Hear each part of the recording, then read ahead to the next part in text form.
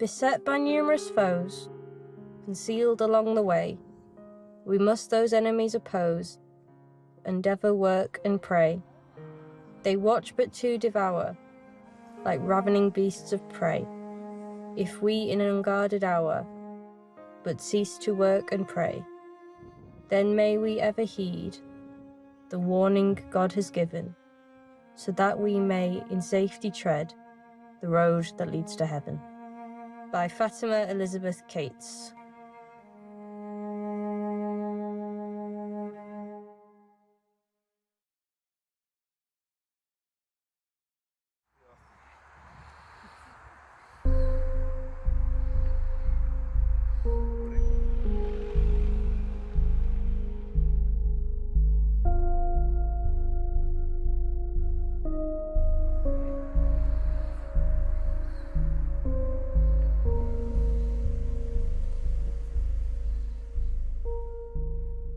Hello. Hiya. Assalamu Fancy alaikum. seeing you here. Alaikum salam.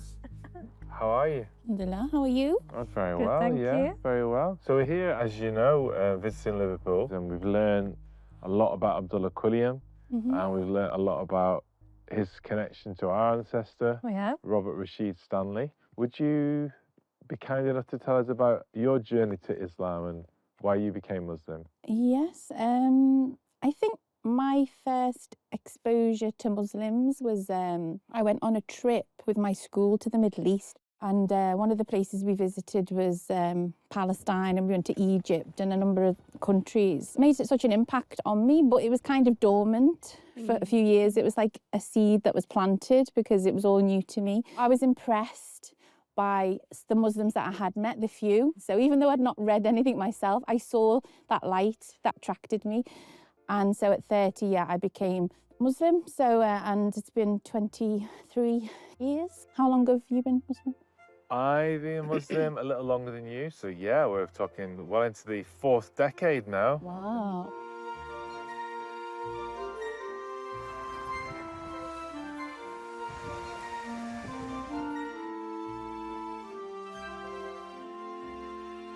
We're here, obviously, it's Fatima's grave today, and I hope she doesn't mind us having a wee chuckle.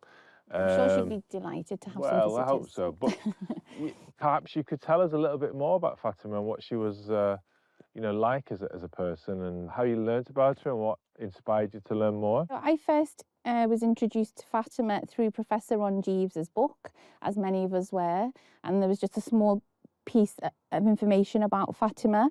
And I remember at the time I was doing some work helping Abdullah Quilliam Mosque, and we did actually a small play, and one of the trustees kept bothering me to be Fatima Cates, and I used to hate drama at school, but he sort of twisted my arm into doing it, and I only had literally a paragraph to say, and it was based from what she said in the book. But I remember when I was on that little stage, I really got into character, and I remember like that's when I really connected with her, and she resonated so much with me.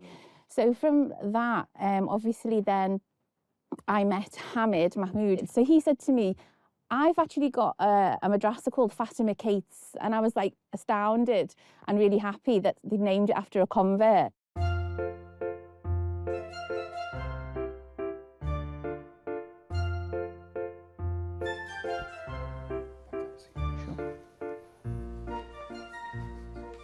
I have many parents who come to our madrasa to enroll their children, fascinatingly enough, just because of the name.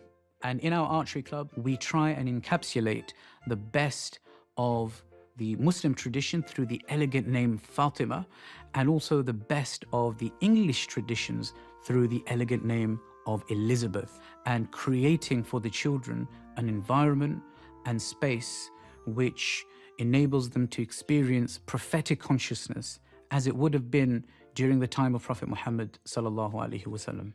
And I'm dressed in this way because I want to promote the Islamic identity of the past. Frances Elizabeth Murray was born in Birkenhead in 1865. Frances Elizabeth was the 5th of 6 children in her household. Her father's name was John Murray. He was a porter who worked at the Birkenhead market, He was originally from Irish background. Her mother was Agnes, and she came from Scotland. Unfortunately, Murray's father passed away when Fatima was only 5 years old. So their family dynamic had now changed until Frances Elizabeth's mother, Agnes, married a Mr. Peter Cottam. It was a bit of a shaky beginning, but Frances would have been the first generation to benefit from the Education Act of 1870, which was to change Fatima Elizabeth's future for the better. Her education allowed her or gave her the outlook where she could take up wider social causes. And so the temperance movement, which was dominated by women in the UK, enabled her chance to, at a young age, in her early 20s, to become an officer of the local temperance chapter in Birkenhead, where she grew up. So she was the secretary by the age of 22.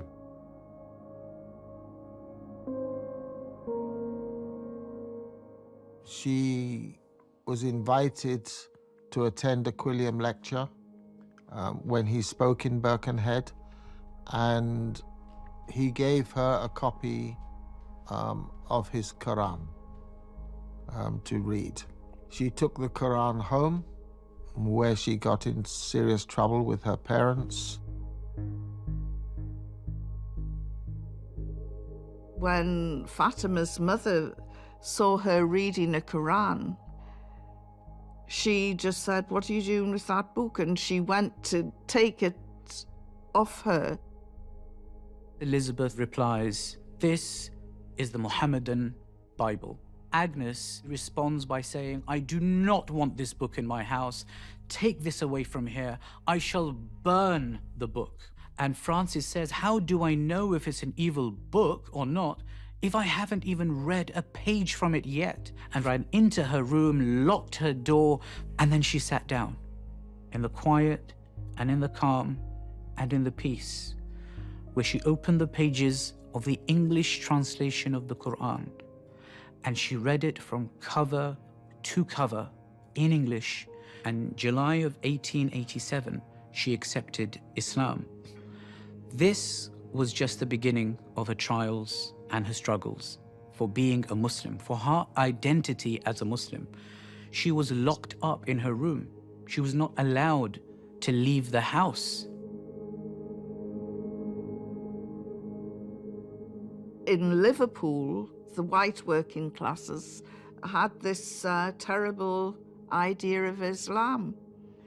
And she must have been incredibly brave to be able to break ranks with her family, with her friends, and say, "This is the right path, and this is the path I'm taking." And it's not an easy path to take. I know that. You know, I have one sister who doesn't speak to me. There were a few really tough moments in my family over my decision to convert.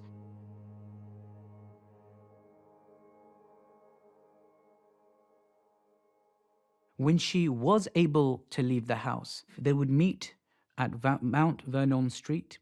This is where they would have meetings. For the first few months and years, it was only Abdullah William Quilliam, James Ali Hamilton, and now Fatima Elizabeth Murray, who would meet to discuss the Quran, to discuss Islam, but also to propagate Islam on Sundays. On the way and coming back, on many occasions, people on the streets would throw vegetable matter.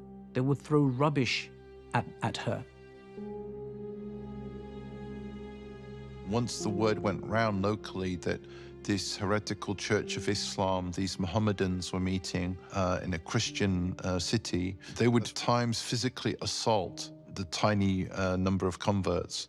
And Fatima, on a number of occasions, was pinned down to the ground and horse manure was smeared on her face. What's remarkable is that Fatima never missed a meeting, according to her own account. So whatever happened to her, it never put her off.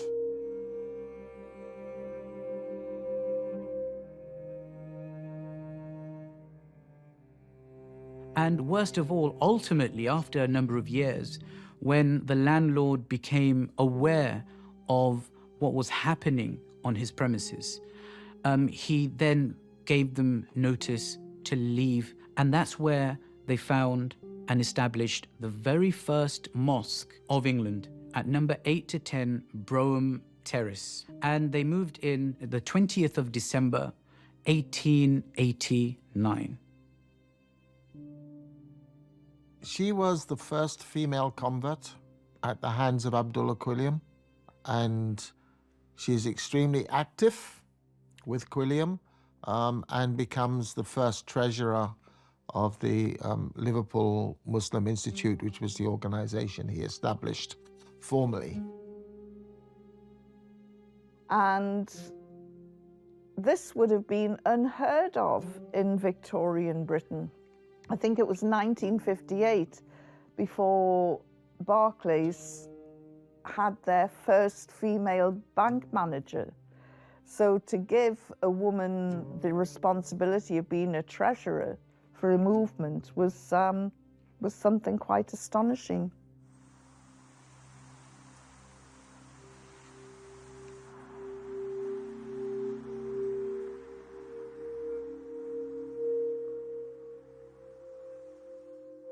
I think she was very community driven, wasn't she? Because obviously she was a local girl.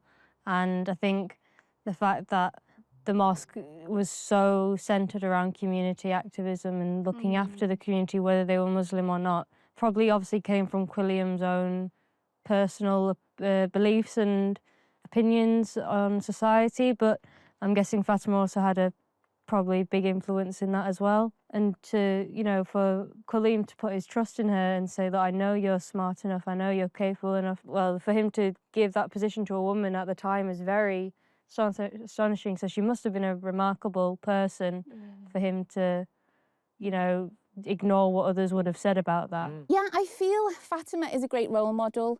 She's a trailblazer. You know, she strikes me as being someone really ahead of, you know, ahead of her time. You know, she seemed very strong, and she had a very tough time, but her faith was like rock solid.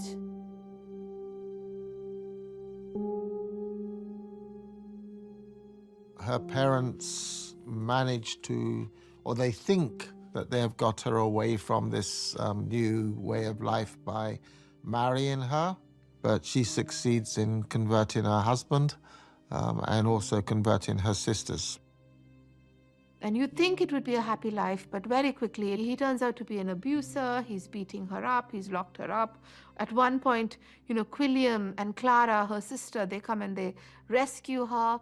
Another point, you know, she's locked up and he's threatening to kill her, and she breaks a window pane and her hand is completely injured. But back then, divorce law was all in, you know, favor of men.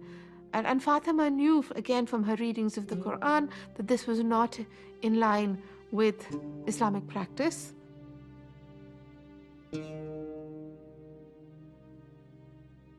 Divorce was a very hot topic. People just didn't get divorced in Victorian Britain. It was very much frowned upon. But Fatima was one to throw away the rule book, and she was in a union that she was very unhappy with, and Islamically, I think that she tried, but her husband failed to live up to her expectations, so she decided that she would go for this divorce.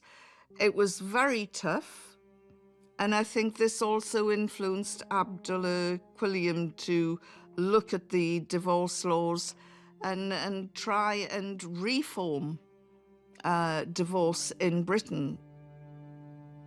She was a woman far ahead of her times, was achieved some sort of parity for women. She initiated divorce proceedings as a woman, which was unheard of in her time and in her generation. And I think this was partly her resolve was strengthened by her Islamic faith, and I think she then wanted to lobby for other women.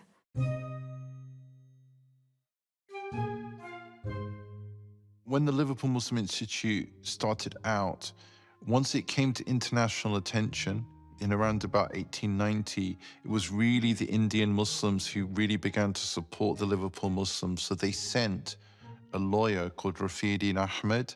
He started to promote the Liverpool Muslims in India to raise profile, to raise money.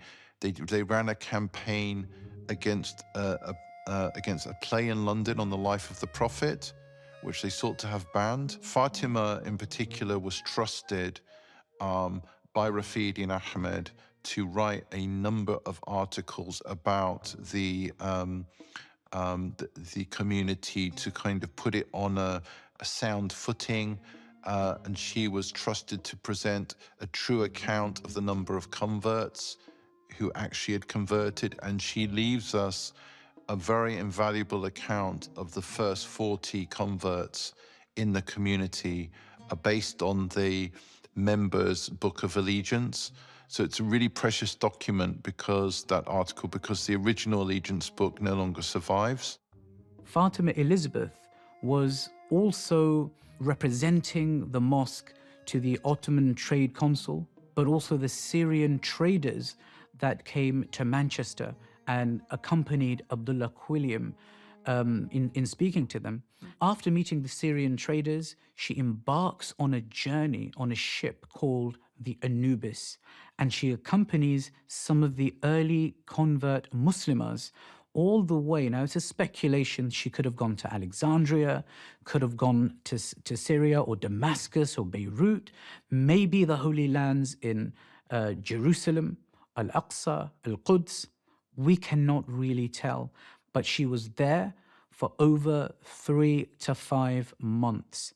And upon her return, it was also mentioned in the Crescent that we welcome our sister Fatima Cates back to Liverpool and back to our mosque.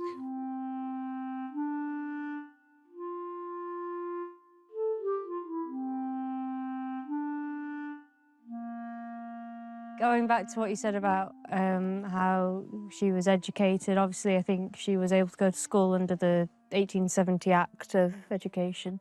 But, you know, again, for a working class girl to write poems and literature like she did, I mean, you can see part of a poem on a gravestone.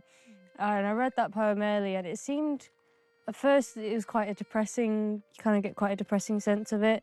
But at the end it seems quite optimistic and hopeful about, you know, travelling the road that God has put down for you and meeting him at the end of it. And do you think that was kind of what got her through all the adversity she had to face? Yeah, I think we all as Muslims, that's what I know, that no matter how hard this life gets, you know, we're hoping that there's something better on the other side. I feel I can really relate to Fatima. There's a lot of common things we have in common, like I lived in the Wirral and she lived in the Wirral. She must have got the ferry across the Mersey to come to Liverpool, and from age 14 to 18 I used to get the ferry twice a day to school. Oh, really? So the more you learn about her, you know, the more connected I feel to her. I would like to read her, most important poem, and I believe it is a summary of her own life. So I'd like to read it from the book itself. I can't remember the exact way it was sung during the choir. Something like this. Beset by numerous foes, concealed along the way, we must those enemies oppose, and ever work and pray.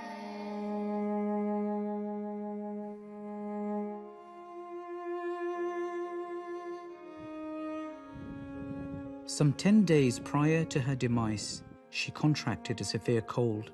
Acute pneumonia supervened. The doctor pronounced that there was no hope. Telephonic message was at once sent to the Shaykhul Islam, who proceeded to the house.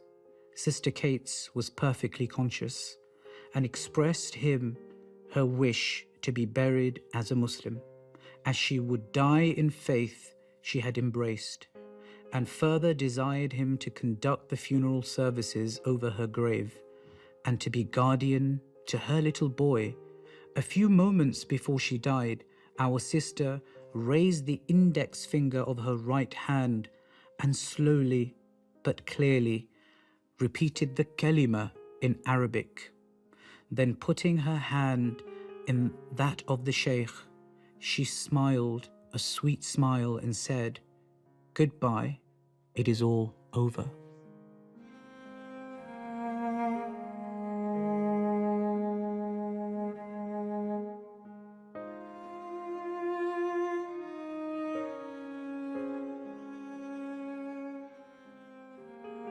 It is deeply sad when you read the detailed description of the day of her funeral, especially when you think about, I always think it's fascinating to think where would, Abdullah Quilliam, where would he have been stood?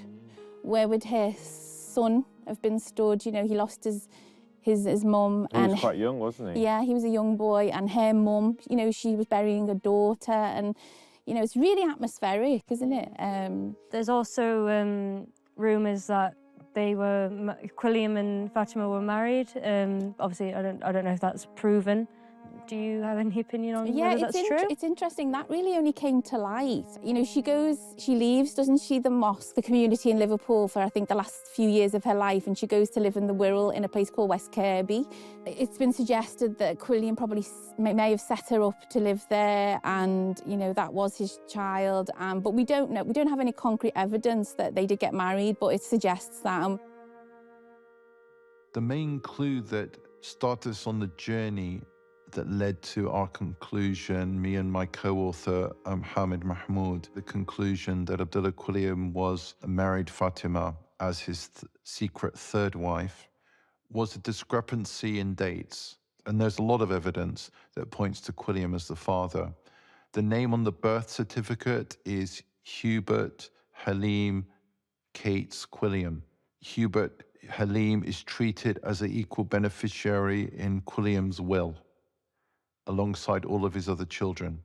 Quilliam takes in Hubert Halim and dotes on him as a distant but loving father. So there are many instances where in his own publications he reports back on achievements of his son in his own publications. And this is something he did for his other children. So it's repeating a pattern. Finally, we've got a picture of Hubert Halim's military discharge photograph from 1920, and he looks eerily similar to a photograph of his father of roughly the same age, taken in the early 1890s. So there's a physical resemblance as well. When I went about researching Fatima Rahimahullah's grave, initially when I started researching, there would have been hundreds of Frances Elizabeth Murrays. And then later on, after looking deeper into primary sources and looking into archives, I was able to find the Frances Elizabeth. Now, what made to find her grave more of a challenge was that ultimately, when I did find her burial documentation, her name was spelt very differently, her surname. I had to go to Liverpool, and at the Liverpool Central Library, I was able to locate her actual burial record with her misspelt surname.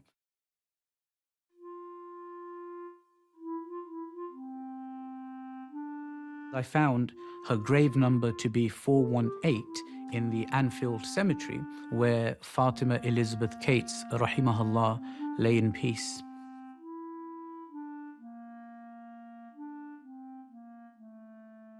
I was always interested, and sometimes we'd meet and I'd go on little adventures with him, when he was researching. So when I found out he discovered where she was, because obviously it's not an easy job, because it's such a big cemetery. Yeah, it's an amazing cemetery. Yeah, as well, so isn't it, here? it was great. It was great when he found it, and then I felt that as a Scouser, that we should get a headstone for her, that we should initiate it at the very least. We did a fundraiser, and we raised the money in 24 hours, astonishingly. Wow.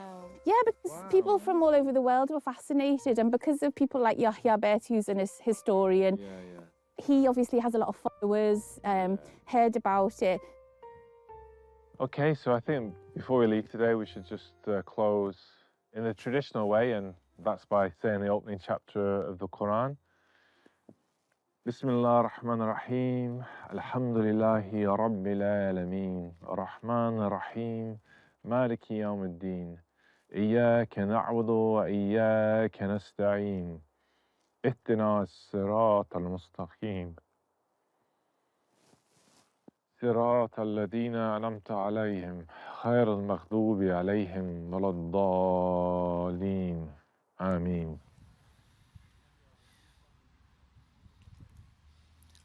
I've been aware of your family story for some years, and it feels like a sense of completion almost that we're here at Fatima's grave. Well, I mean, Robert and Fatima would have undoubtedly met, which I think is quite nice. Yeah, that's, And yeah. they probably got along quite well. So thank you for providing that thought and that inspiration. Oh, thank you. Assalamu alaikum. Send my salams to the family. I will do, and to yours too. Take care. We've met someone who I think was a lot closer to the life that our ancestor led. Definitely. And quite a tragic ending, bless her. Unfortunately, yeah. But I do hear that there's a lady, Zainab Cobbold. Zainab Cobbold, yeah, she's headed north, so Headed to speak. north? She's somebody who's much further north, indeed, a different country in these British Isles. Perhaps we should go and let her learn a little bit more about her life and her experience, which I think, you know, will be a huge contrast to what we've been learning about our ancestors and Fatima and some of the converts here in Liverpool.